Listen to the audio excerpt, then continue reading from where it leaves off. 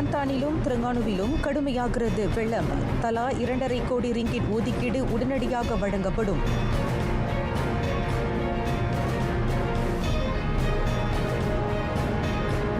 நாட்டில் தற்போது சூழ்ந்திருக்கும் வெள்ளம் கலக்கமளிக்கிறது. கூடுதல் எச்சரிக்கையுடன் இருக்கும்படி பொதுமக்களுக்கு அறிவுறுத்தல்.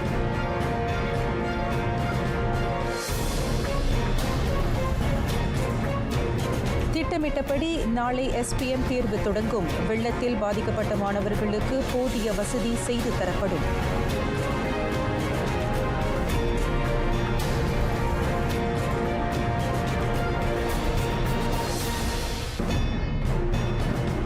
வணக்கம். சலாம் மலேசியா மடானி. RTM தமிழ் செய்திகள் உங்களுக்காக. உங்களுடன் நான் பிரிசிலா பிரியா ஆரோக்கியசாமி.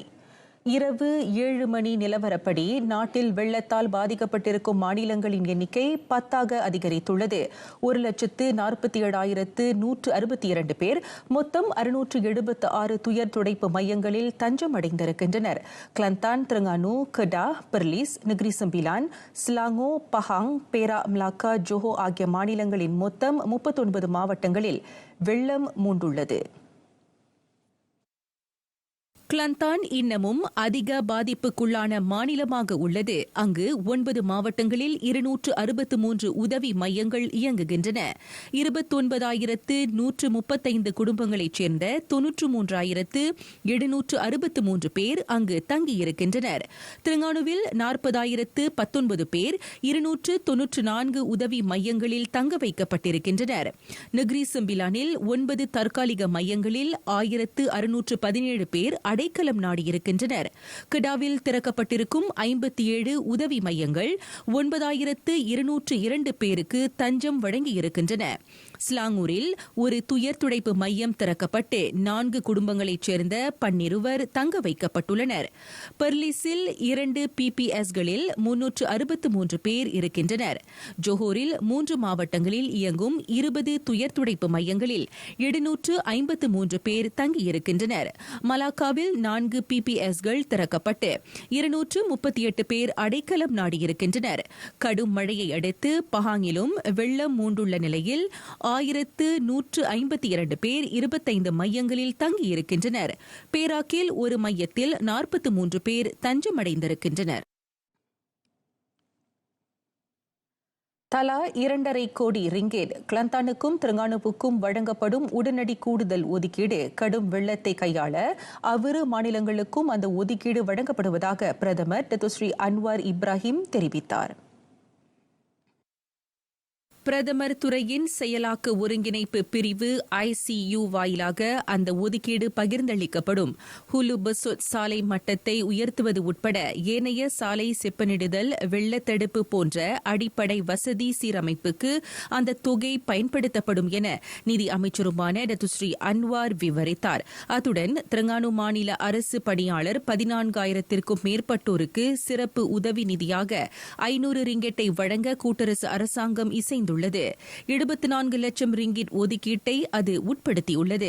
சத்யூத் திலகப்பாப்பன் கிராமத்தில் துயர் துடைப்பு மையமாக இயங்கும் தேசிய பள்ளியில் பாதிக்கப்பட்டோரை சந்தித்த பின் பிரதமர் செய்தியாளர்களிடம் பேசினார். 269 பேர் அங்கு அடைக்கலம் நாடியிருக்கின்றனர். திரங்கானுவில் வெள்ள பாதிப்புகளை நேரடியாக கண்ணோட்டமிடும் நோக்கில் டத்துஸ்ரீ அன்வார் காலை 10:25 மணிக்கு குவாலா திரங்கானு சுல்தான் மஹ்மூத் அனைத்துலக விமான நிலையத்தை அடைந்தார். கிளந்தானிலும் திரங்கானுவிலும் வெள்ளம் கடுமையாக இருந்தாலும் அவசர காலத்தை அறிவிக்க வேண்டிய அவசியமில்லை என பிரதமர் விளக்கினார். கூட்டரசு, மாநில, மாவட்ட அளவிலான மலேசிய ஆயுதப்படை, அரச மலேசிய போலீஸ் படை, மலேசிய பொது தற்காப்பு படை, தீயணைப்பு மீட்பு படை ஆகியவை இந்த பேரிடரை திறம்பட கையாள இயலும். எனவே அவசர காலத்தை அறிவிக்க வேண்டிய அவசியம் ஏற்படவில்லை என டத்துஸ்ரீ அன்வார் தெளிவுபடுத்தினார். நாட்டில் வெள்ள நிலவரம் குறிப்பாக கிளந்தானிலும் திரங்கானுவிலும் கலக்கமளிக்கும் வகையில் உள்ளது. 2014ஆம் ஆண்டு மூண்ட வெள்ளத்தை காட்டிலும் இம்முறை நிலைமை மோசமடைந்திருப்பதாக துணை பிரதமர் Datuk Seri doctor Ahmad Zahid Hamidi வருத்தம் தெரிவித்தார். தென் சீன கடலிலும் மலாக்கா நீரிணையிலும் கடல் பெருக்கெடுப்பு உச்சக்கட்டத்தை எட்டியுள்ளது. அது வெள்ள பேரிடரை மேலும் மோசமாக்கலாம் என கணிக்கப்படுவதாக துணை பிரதமர் கவலை தெரிவித்தார். எனினும் கடல் பெருக்கெடுப்பின் போது மழை பொழிவு விகிதம் குறையலாம் எனவும் மலேசிய வானிலை ஆய்வுத்துறை கணித்துள்ளது. அதனால் வெள்ள பாதிப்புக்கு இலக்காவோரின் எண்ணிக்கை குறையக்கூடும்.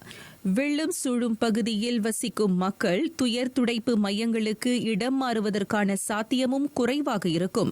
ஷா அலாம் மாநாட்டு மையத்தில் ஸ்லாங்கூர் மாநில நிலையிலான தேசிய முன்னணி மாநாட்டை அதிகாரப்படியாக தொடக்கி வைத்த பின்னர் டத்துஸ்ரீ டாக்டர் அஹ்மத் ஜஹீத் செய்தியாளர்களிடம் பேசினார். தற்போது நாடு முழுதும் உள்ள வெள்ள துயர் துடைப்பு மையங்கள் ஏறத்தாழ 21 லட்சம் பேர் தங்கக்கூடிய வசதியை கொண்டிருக்கிறது. ஆயத்த நிலைகள் மட்டும் போதாது. தாழ்வான பகுதிகளில் உள்ள மக்கள் மாநில பேரிடர் செயற்குழுவினர் விடுக்கும் அறிவுறுத்தலை கட்டாயம் பின்பற்ற வேண்டும் என டத்துஸ்ரீ அஹ்மத் ஜஹீர் தெரிவித்தார். மேலும் உயிரிழப்புகளை தவிர்க்க அனைவரின் ஒத்துழைப்பு தேவைப்படுவதாக அவர் கூறினார். வெள்ள பேரிடர் தேர்வுக்கு தடையாக இராது. திட்டமிட்டபடி SPM மலாய் வாய்மொழி தேர்வு நாளை முதல் டிசம்பர் 5ஆம் நாள் வரை நடைபெறும் என கல்வி அமைச்சர் ஃபர்லினா சிடி தெரிவித்தார். இதுகுறித்து தேசிய பேரிடர் மேலாண்மை நிறுவனம் நட்மாவுடன் கலந்தாலோசித்த பின்னரே அந்த முடிவு எட்டப்பட்டதாக அமைச்சர் கூறினார். வெள்ளத்தால் பாதிப்புற்ற 9 மாநிலங்களில் உள்ள மாணவர்கள் பள்ளி உறைவிடம் அல்லது மாற்றுத் தேர்வு மையத்திற்கு கொண்டு செல்லப்படுவர். மாணவர்கள் போதிய வசதியை பெறவும் திட்டமிட்டபடி தேர்வு நடைபெறுவதை உறுதி செய்யவும் இது வகை செய்யும். அதற்கு உரிய நடவடிக்கைகளை மாநில கல்வித்துறை மேற்கொண்டு வருகிறது. மாணவர்களை இவ்விடங்களுக்கு மாற்றுவதன் மூலம் அவர்கள் அடிப்படை வசதிகளை பெறவும் தேர்வுக்கான மீள்பார்வையை செய்யவும் இயலும். முன்னதாக வெள்ள பேரிடரால் பாதிப்புற்ற மாணவர்கள் தேர்ந்தெடுக்கப்பட்ட துயர் துடைப்பு மையங்களில் SPM தேர்வு எழுதலாம் என ஃபர்லினா சிடே சொன்னார்.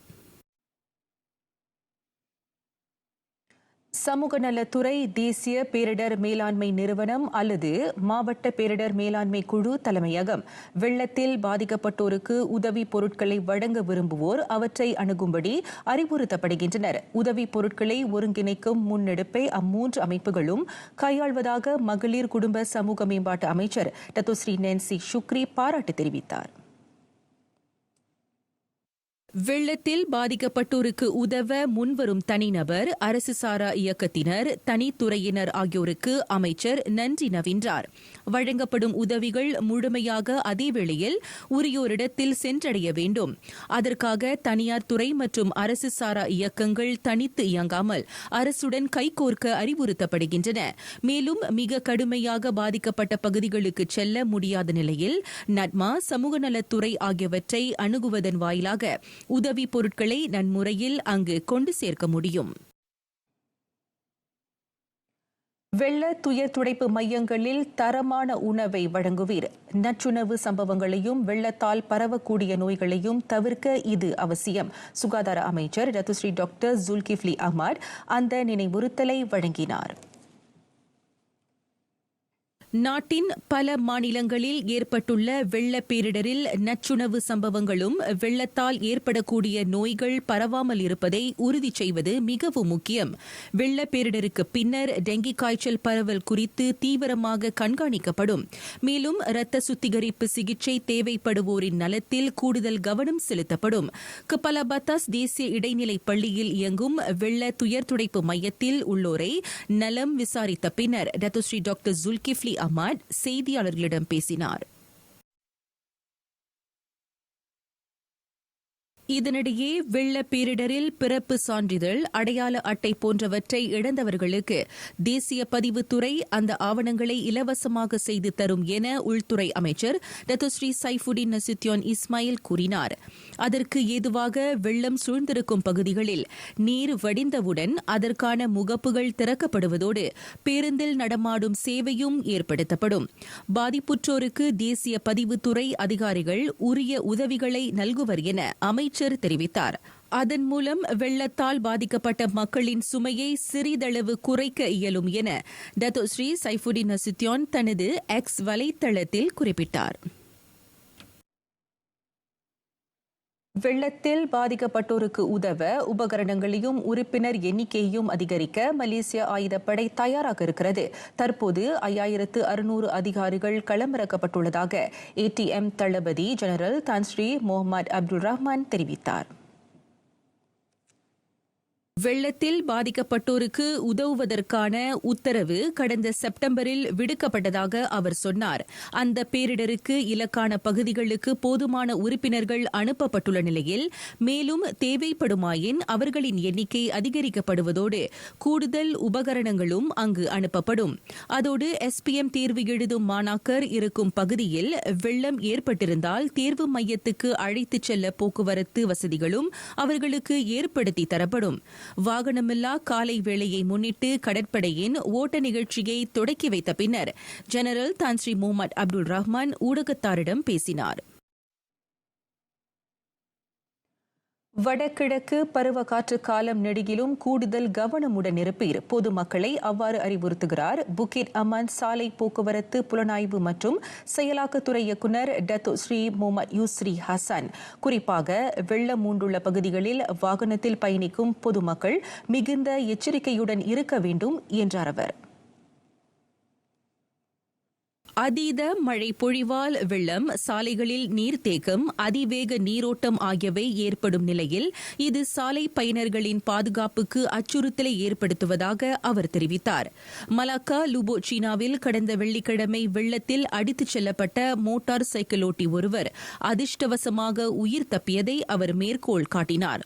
வேகமாக ஓடும் வெள்ளத்தை வாகனமோட்டிகள் முடிந்த மட்டில் தவிர்க்க வேண்டும். மேலும் வெள்ள அபாய எச்சரிக்கையை பின்பற்றுவதோடு அதிகாரிகள் விடுக்கும் அறிவுறுத்தலுக்கு ஏற்ப நடக்க வேண்டும்.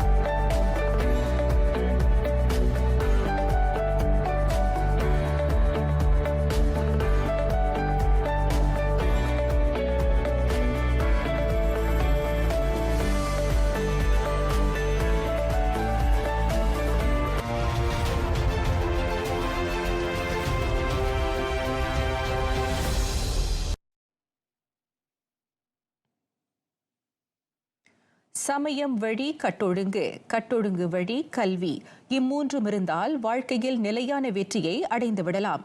இதனையே தாரக மந்திரமாக கொண்டு இயங்குகிறது மலேசிய இந்து தர்ம மாமன்றம். தற்போது பிள்ளைகளின் கல்விக்கு மட்டும் பெற்றோர் முக்கியத்துவம் அளிக்கின்றனர். ஆனால் உயர்நெறிகளுடன் கூடிய கட்டொழுங்கு மிக்கவர்களாக மாணவர்களை உருவாக்குவதில் அவர்கள் தவறிவிடுகின்றனர். மாணவர்கள் இறையாசியுடன் கல்வியாற்றலை வளர்த்து கொள்ள முனைப்பு காட்ட வேண்டும். அவங்க நிச்சயமா அவங்களோட பரீட்சைக்கு தயாராக இருந்திருப்பாங்க. அவங்க செய்ய வேண்டிய வேலை செய்திருப்பார்கள். பெற்றோர்களும் அவங்களோட கடமையை செய்திருப்பார்கள். இந்து ஏக்கமாக இருக்கிற நாங்கள் இந்து ஆலயத்தோடு சேர்ந்து அவங்களுக்கு ஒரு உத்வேகம், ஒரு சக்தி அப்படி கொடுக்கணுன்றதுக்காக ஒரு பிரத்யேகமான சரஸ்வதி ஹோமம் செய்து அவங்களுக்கு ஒரு பிளெஸ்ஸிங்காக கொடுக்கணும் அப்படின்னு சொல்லி எவ்வளோதான் ஒரு தயார் நிலையில் நம்ம இருந்தாலும் நம்மக்கிட்ட ஒரு ஆன்மீகம் இருக்கும் அப்படின்ற ஒரு தைரியத்தோடு இந்த பிள்ளைங்க போயிட்டு அந்த பரீட்சை எழுதும் போது இன்னும் கொஞ்சம் தைரியமாக எழுதுவாங்க அப்படின்ற ஒரு நம்பிக்கையில் இதை செய்திருக்கோம். புக்கிட் ரோத்தானில் நடத்தப்பட்ட கல்வியாகத்தில் அவர் கலந்து சிறப்பித்தார். அதில் 2024 SPM மற்றும் STPM தேர்வுகளை எழுதும் சுமார் 200 மாணவர்கள் பங்கேற்றனர். இது எனக்கு முதல் யாகம். ரொம்ப அற்புதமா இருக்கு. இங்க வந்து சமயம் சேர்ந்து நிறைய கொண்டு போறாங்க. எனக்கு ரொம்ப பிடிச்சிருக்கு. அந்த இறைவனோட அருளால நான் SPMல நல்ல தேர்வு எடுப்பேன்னு நான் நினைக்கிறேன். நம்ம முயற்சி இருக்கணும், அதுக்கு முயற்சி இருக்கணும், அப்புறம் பக்தி இருக்கணும்ல. இந்த கல்வியாகம் வந்து ரொம்ப ஒரு ஊக்கம் தர ஒரு நிகழ்ச்சியை நான் பார்க்குறேன். காரணம் என்னன்னா, நம்ம படிக்கிறது மட்டும் போதாது, அதுக்கு வந்து அந்த இறை அருள் என்பது மிக மிக முக்கியமானது.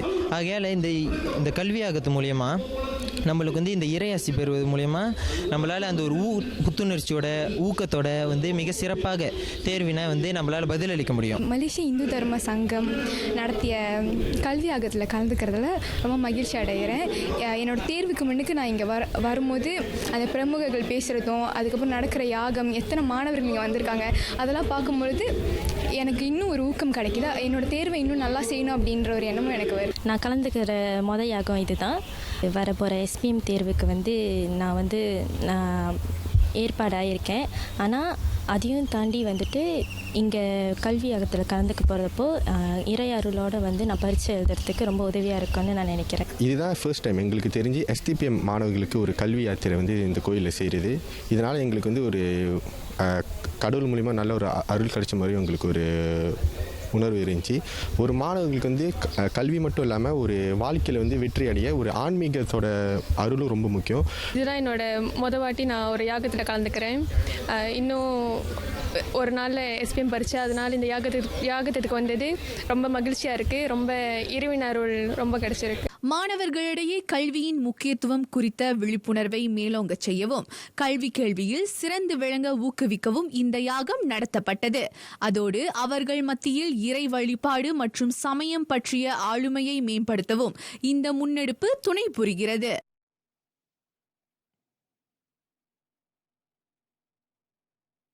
சமயத்தையும் சமுதாயத்தையும் இரு கண்களாக கொண்டு ஆலயங்கள் இயங்க வேண்டும். வட்டார மக்கள், குறிப்பாக இந்தியர்கள் எதிர்நோக்கும் சிக்கல்களுக்கு தீர்வு காண்பதில் ஆலய நிர்வாகங்கள் முனைப்பு காட்ட வேண்டும். முடிந்த மட்டும் அவை மக்கள் மத்தியில் ஆன்மீகத்தையும் சமூக உணர்வையும் விதைக்க வேண்டும் என இந்து ஆலயங்கள் மற்றும் அமைப்புகளின் பேரவை மஹிமா தலைவர் டத்தோ என் சிவகுமார் வலியுறுத்தினார். நாட்டில் உள்ள பெரும்பாலான இந்து ஆலயங்கள் சமுதாய சேவைக்கு முக்கியத்துவம் அளித்து வருகின்றன. அந்த வகையில் ஸ்லாங்கூர் பந்திங்கில் வீற்றிருக்கும் ஸ்ரீ மகா மாரியம்மன் தேவஸ்தானம் வட்டார மக்களுடன் அணுக்கமான தொடர்பை ஏற்படுத்திக் கொண்டிருக்கிறது. ஆன்மீகத்தினூடே வட்டார மக்களின் வளர்ச்சிக்கும் வித்திடும் ஆலய நிர்வாகங்களுக்கு மஹிமா தொடர்ந்து தோள் கொடுக்கும் என டத்து சிவகுமார் இவ்வேளையில் உறுதி கூறினார். முக்கியமாக எடுத்துக்கிட்டீங்களா, கோயில் என்பது இப்போ காலகட்டத்தில் அதாவது மன்னாடி அரசு பார்த்தீங்கன்னா கம்யூனிட்டி சர்வீஸ் செய்யணும்னு சொல்லிட்டு கோயிலுக்கு கொடுக்குறாங்க. கம்யூனிட்டி சர்வீஸ் செய்யறதுக்கு கண்டிப்பாக கோயிலுக்கு வந்து அந்தந்த காலகட்டத்தில் இருக்க தரத்திற்கு நம்ம உதவி பண்ணோம். அதனால் இவங்க எடுக்க முயற்சி. பந்திங் ஸ்ரீ மகா மாரியம்மன் ஆலய மகா கும்பாபிஷேக திருப்பணிக்கு நிதி திரட்டும் விருந்து நிகழ்ச்சியில் கலந்து கொண்ட பின்னர் அவர் ஊடகத்தாரிடம் பேசினார். பந்திங் தோட்டத்தில் 1916 தோற்றம் கண்ட அவ்வாலயம் 2026 பிப்ரவரி 8ஆம் தேதி 2ஆம் முறையாக நன்னீராட்டு பெரு விழா காணவிருக்கிறது. அந்த திருப்பணிக்கான செலவு 5 லட்சம் ரிங்கெட்டை எட்டும் என கணிக்கப்படுகிறது. எங்களுக்கு வந்து 5 லட்சம் வெள்ளி தேவைப்படுது கும்பாபிஷேகத்துக்காக. இப்போ இது வரைக்கும் 2,50,000 கலெக்ட் பண்ணிட்டேன். இன்னும் ஒரு 2,50,000 தேவை. இந்த டின்னர் நிகழ்ச்சியில் வந்து ஏறக்குறைய ஒரு 60,000 வெள்ளி வந்தது. செலவு வந்து ஒரு 20,000 வெள்ளி, பேலன்ஸ் வந்து ஒரு 40,000 வெள்ளி மிச்சம் பண்ணியிருக்கோம். பந்திங் தோட்டத்தில் சிறிய ஆலயத்தில் குடிக்கொண்டிருந்த அம்பாள் கால ஓட்டத்தில் இன்று அங்கு கம்பீரமாக காட்சி தருகிறாள். தோட்டங்கள் துண்டாடப்பட்ட வேளையில் தனியார் நிறுவனத்திடமிருந்து வாங்கப்பட்ட 1.09 ஏக்கர் நிலத்தை தோட்டத்து மக்கள் ஒன்று சேர்த்து ஆலயத்திற்கென ஒதுக்கினர். ஆலயத்தில் நடைபெறும் எந்தவொரு நிகழ்ச்சிக்கும் வட்டார இந்துக்கள் உரிய ஒத்துழைப்பை நல்கி வருவது குறித்து கே. குமார் பெருமிதம் தெரிவித்தார்.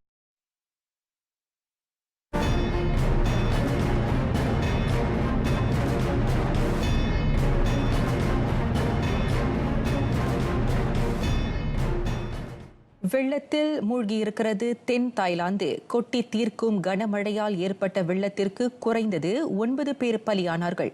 13,000க்கும் மேற்பட்டோர் பாதுகாப்பான பகுதிகளுக்கு இடம் மாற்றப்பட்டனர்.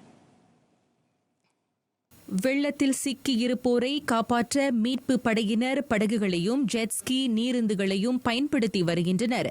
வெள்ளக்காடாய் மாறியிருக்கும் பகுதிகளில் அடித்துச் செல்லும் காடாற்று வெள்ளத்தை கடக்க மக்கள் முற்படுவதும், கழுத்தளவு வரை நீர் பெருக்கெடுத்திருப்பதும், வாகனங்கள் நீரில் மிதப்பதும் உள்ளூர் ஊடகங்கள் வெளியிட்டிருக்கும் காணொளிகள் வாயிலாக தெரியவந்துள்ளது.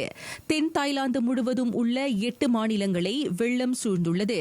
அதனால் இதுவரை 5,53,921 வீடுகள் பாதிக்கப்பட்டுள்ளன.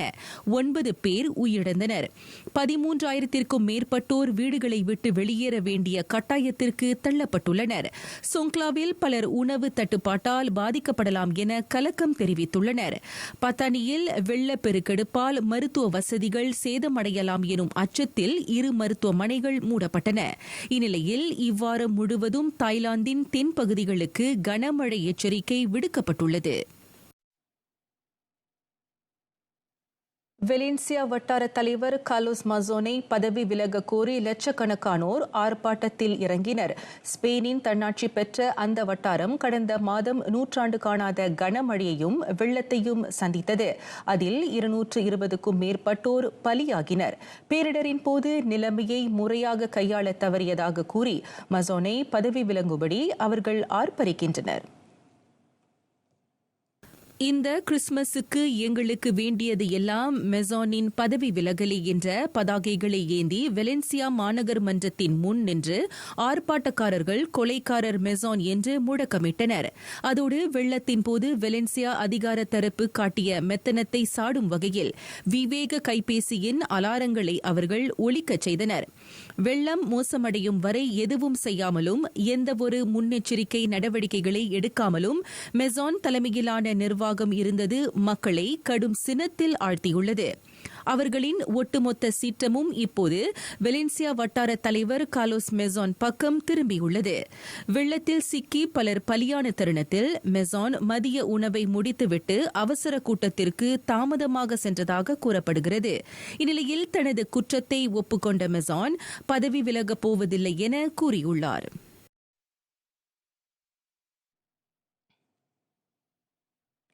நியூயார்க்கிலும் அமெரிக்காவின் ஏனைய பகுதிகளிலும் கடும் பனி புயல் ஏற்பட்டுள்ளது. குளிர்காற்று சற்று வெப்பமாக உள்ள மாபெரும் ஏரி பகுதிகளை நோக்கி நகர்வதால் பனி பொழிவு அதிகரித்து வருகிறது. லேக் இஃபெக்ட் ஸ்னோ என அறியப்படும் அந்த தட்பவெப்ப சூழல் வெப்பமாக உள்ள ஏரி பகுதிகளுக்கு குளிர்காற்றை கொண்டு செல்லும். அது குளிரையும் பனிப்பொழிவு விகிதத்தையும் அதிகரிக்கச் செய்யும். அந்த வானிலையால் இப்போது நியூயார்க்கை 2 அடி ஆழத்திற்கும் கூடுதலாக அடர்த்தியான பனி சூழ்ந்துள்ளது. அதனால் அமெரிக்காவின் அந்த மாபெரும் வர்த்தக நிதி மையமும் பென்சில்வேனியாவும் வெள்ளை போர்வை போர்த்தியது போன்று காட்சியளிக்கிறது. சில பகுதிகளில் 3 அடி ஆழத்திற்கு பனி பொழிந்து வருகிறது. அது அடுத்த செவ்வாய்க்கிழமைக்குள் 6 அடி ஆழம் வரை செல்லலாம் என எச்சரிக்கப்பட்டுள்ளது. அதன் காரணமாக வான் மற்றும் தரை போக்குவரத்துகள் நிலைக்குத்தியுள்ளன. கடும் பனிப்பொழிவு மற்றும் பனிப்புயலால் பாதிக்கப்பட்ட சுற்றுப்பயணிகளுக்கு தற்காலிக உறைவிடங்கள் ஏற்படுத்தப்பட்டுள்ளன. அதில் நூற்றுக்கணக்கானோர் தஞ்சம் அடைந்துள்ளனர்.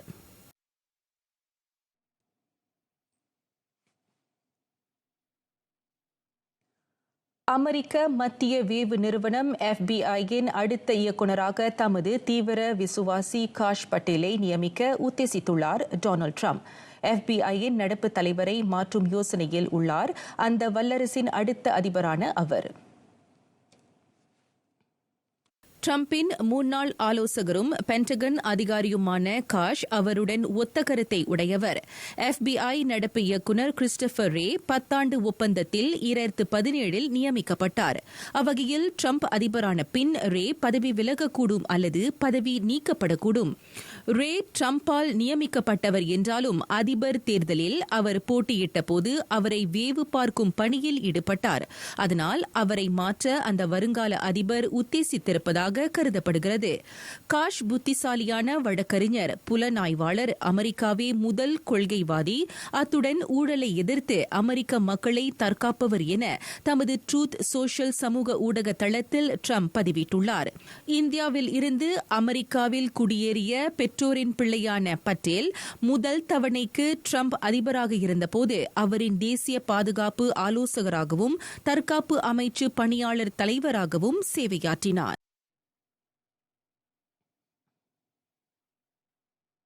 நெடுஞ்சாலையில் வேகமாக கார் ஓட்டிக் கொண்டிருக்கையில் காலுக்கடியில் ஒரு பாம்பு இருப்பதை அறிந்தால் எப்படி இருக்கும்? கொஞ்சம் பதறினாலும் உயிர் உடலுக்கு எப்படி வேண்டுமானாலும் விடை கொடுக்கும். மரணத்தின் வாயிலை தொட்டாலும் நிதானமாக செயல்பட்டு தன்னை காப்பாற்றிக் கொண்டுள்ளார் ஆஸ்திரேலிய மாது. கிழக்கு ஆஸ்திரேலியா மெல்பர்னில் மோனாஷ் ஃப்ரீவேயில் 80 கிலோமீட்டர் வேகத்தில் காரை செலுத்திக் கொண்டிருந்தார் அந்த பெண். காலணி அணியாத அவர் காலில் ஏதோ ஒன்று ஊறுவது போன்ற உணர்வு. சற்றே உன்னித்து பார்த்தால் பாம்பு. டைகர் ஸ்னேக் என்றழைக்கப்படும் கட்டு விரியன் வகை பாம்பு அது. உலகில் அதிக நச்சுத்தன்மை கொண்ட பாம்புகளுள் அதுவும் ஒன்று. புலி போல உடலில் வண்ண வரிகளை கொண்டிருப்பதால் டைகர் ஸ்னேக் என அது அழைக்கப்படுகிறது. கடித்த 1 மணி நேரத்துக்குள் நஞ்சு முறிவு மருந்து கொடுக்கப்படவில்லை என்றால் மரணம் உறுதி. அப்படிப்பட்ட பாம்பு தன் காலில் ஊறுவதைக் கண்ட அந்த பெண் விவேகமாக அதனில் இருந்து தம்மை விடுவித்துக் கொண்டார். பிறகு காரை சாலை ஓரத்தில் நிறுத்தி விட்டு போலீசாரின் உதவியை நாடினார் அந்த பெண். உரிய உதவி வழங்கப்பட்டதுடன் பாம்பு அவரை தீண்டியிருக்கிறதா என மருத்துவ குழு பரிசோதனையும் செய்தது. பதறாத காரியம் சிதறாது என்பது மட்டுமன்று, உயிரையும் காப்பாற்றும் என்பதை மெய்ப்பித்திருக்கும் அந்த பெண்ணின் சமயோசித செயலை எல்லாரும் பாராட்டி வருகின்றனர்.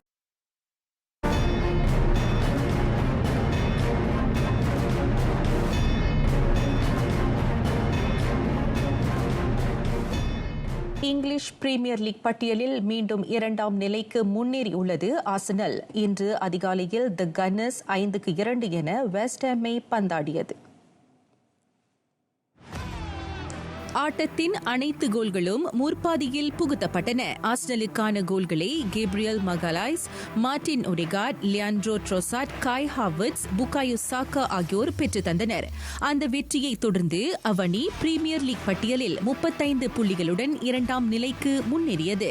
முதலிடத்தில் கூடுதல் ஓர் ஆட்டத்தை கைவசம் வைத்திருக்கும் லிவர்பூல் அணியுடன் ஒப்பிடுகையில் அது 6 புள்ளிகள் குறைவாக உள்ளது. பார்சலோனாவின் 125ஆம் ஆண்டு நிறைவு கொண்டாட்டத்தை நிர்மூலமாக்கியது லாஸ் பால்மாஸ். லா லீகா ஆட்டம் ஒன்றில் லாஸ் பால்மாஸிடம் 2-1 என பார்சா அதிர்ச்சி தோல்வியுற்றது. இரு அணிகளும் முற்பாதி வரையில் கோல் எதனையும் புகுத்தவில்லை. பிற்பாதி ஆட்டம் தொடங்கிய 4வது நிமிடத்தில் லாஸ் பால்மாஸுக்கான முதல் கோலை புகுத்தினார் சாண்ட்ரோ ரமிரேஸ். 61ஆம் நிமிடத்தில் ரஃபீனியா வாயிலாக பார்சா ஆட்டத்தை சமப்படுத்தியது. 6 நிமிடங்கள் ஃபாபியோ சில்வா லாஸ் பால்மாஸை வெற்றி பாதைக்கு இட்டுச் சென்றார். அவ்வாட்டத்தில் தோல்வியுற்றாலும் லாலிகா பட்டியலில் பார்சா 34 புள்ளிகளுடன் முதலிடத்தில் உள்ளது. 2ஆம் நிலையை வகிக்கும் அட்லெட்டிகோ மெட்ரிட்டுடன் ஒப்பிடுகையில் அது கூடுதல் 2 புள்ளிகளை கைவசம் வைத்திருக்கிறது. லிபர்டாடோரஸ் கிண்ணத்தை முதல் முறையாக வென்று வரலாறு படைத்திருக்கிறது போத்தாஃபோகோ. அந்த பிரேசிலிய அணி சக நாட்டைச் சேர்ந்த அட்லெட்டிகோ மினீரோவை இறுதி ஆட்டத்தில் 3-1 என வென்றது. ஆட்டம் தொடங்கிய 30 வினாடிகளிலே திடலை விட்டு வெளியேற்றப்பட்டார் போத்தாஃபோகோ அணியைச் சேர்ந்த கிரெகோ. அதன் பின்னர் ஆட்டம் முழுதும் 10 வீரர்களுடன் விளையாடிய அவனி Lewis Henrik, Alex டெலிஸ், junior Santos ஆகியோர் மூலம் வெற்றி கனியை பறித்தது. 6 பருவங்களாக தொடர்ந்து அந்த கிண்ணத்தை பிரேசிலியலைச் சேர்ந்த அணியே வென்று வருகிறது. 120 ஆண்டுகால வரலாற்று சிறப்பை கொண்டிருக்கும் போத்தாஃபோகோ பிரேசிலிய வெற்றியாளர் மகுடத்தை 2 முறை வென்றிருந்தது என்பது குறிப்பிடத்தக்கது.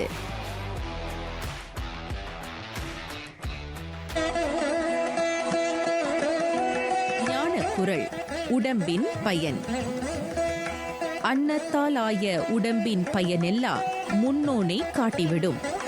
சோற்றால் உருவாகியிருக்கும் உடம்பின் பயனெல்லாம் அதன் முன்னோனாகிய உயிரை காட்டுவதே. ஈசனின் திருவடியை சென்றடைவதே மாந்த வாழ்வின் முக்திக்கு வித்திடும் என அறிவு புகட்டுகிறார் அறிவு கிழாள் ஔவை.